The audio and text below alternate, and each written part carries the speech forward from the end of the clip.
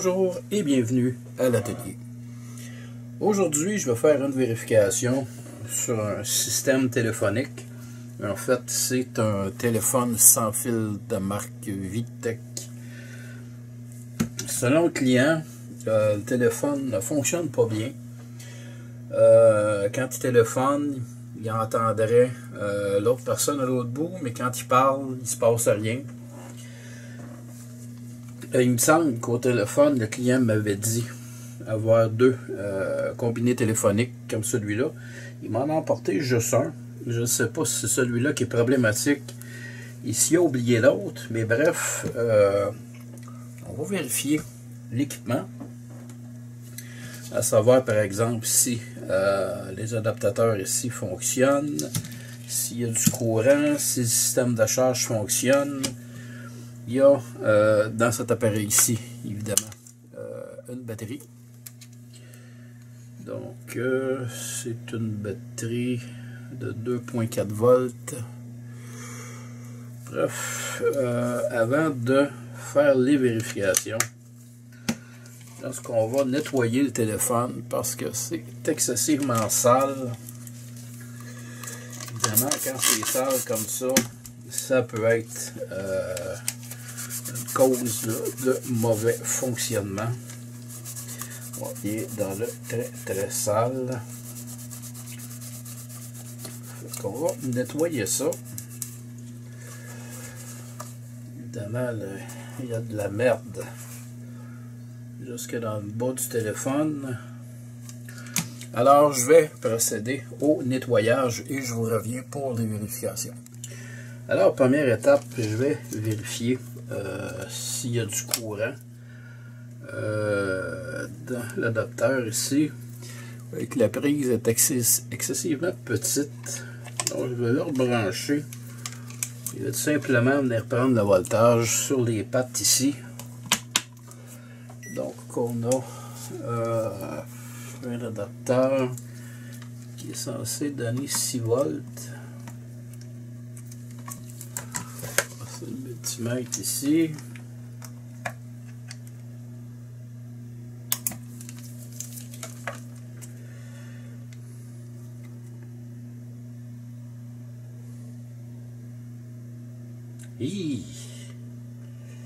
Ah, c'est pas mal trop ça là.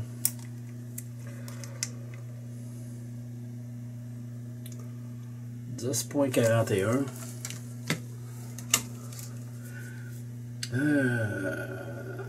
6 volts, 300 mA. Habituellement, ce type d'adaptateur-là, ou d'adapteur, appelez-les comme vous voulez, quand on donne 6 volts, il va donner peut-être un 7, 7,5, mais là, à 10, là, je trouve ça élevé un peu. Là.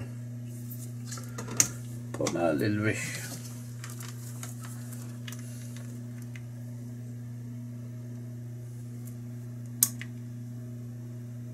« 10,43 », c'est assez élevé. Ça s'ouvre, ce truc-là. Peut-être des vis sous les pattes. Je vérifierai ça tantôt. On va vérifier la base.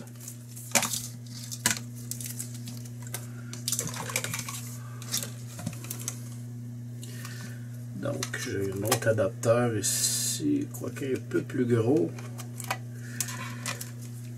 qui est, dans le cas de celui-ci, 6 volts, 400 mA. Donc, là, c'est un petit peu plus d'ampérage sur celui-là. Donc, 6 volts, 400 mA. On va brancher le truc. Ah, il y a du courant.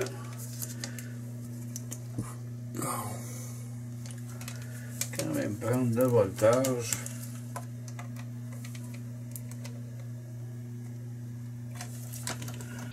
Ouais, si je laissais mon multimètre allumé, ça irait mieux.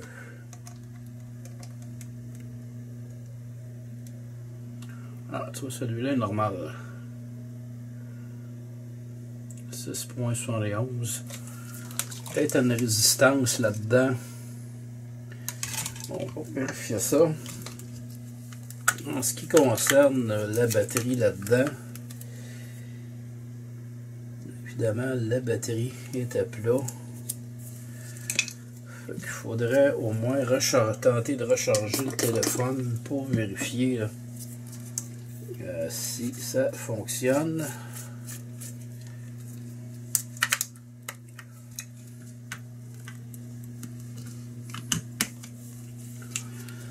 On met le téléphone là-dessus. Ouais, la lumière du téléphone allume. Donc, il est en charge. Alors, je vais le laisser charger pendant là, un certain temps. Et en attendant, on va tenter d'ouvrir le truc ici et de voir ce qu'il y a là-dedans. Alors, je vais faire une petite vérification sur les composants.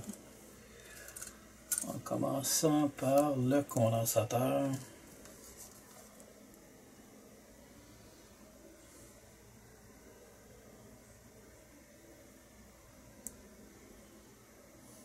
Ok, lui est bon. On va maintenant vérifier les diodes.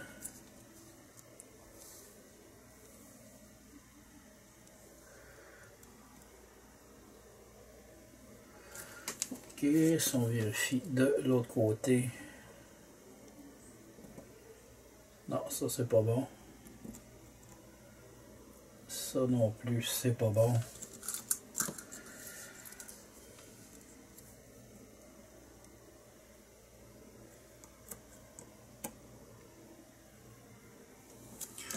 On vérifie de l'autre côté. Non, c'est pas bon. Et c'est pas bon. Alors, je communique avec mon client pour lui faire part de ce que j'ai découvert et savoir s'il veut poursuivre la réparation ou non. Après discussion avec mon client, celui-ci a décidé de ne pas réparer le téléphone, considérant que c'est vieux, que ça vaut plus la peine. Alors, en conclusion, c'était vraiment le bloc d'alimentation ici qui est défectueux. Donc, plutôt de produire 12 volts. 12 volts, dis-je, il en produisait 10. Évidemment, ça a grillé le circuit. Donc, ça a laissé passer 10 volts qui n'aurait jamais dû passer là. Évidemment, ça a touché à l'autre téléphone identique à celui-ci. Évidemment, ça a endommagé le téléphone. Quant à cette partie-ci, le module ici fonctionne, le répondeur fonctionne, le téléphone est rechargé, ça fonctionne aussi. Alors je le remettrai à mon client qui en disposera comme il veut. En espérant que vous avez aimé cette vidéo, je vous dis merci et à la prochaine.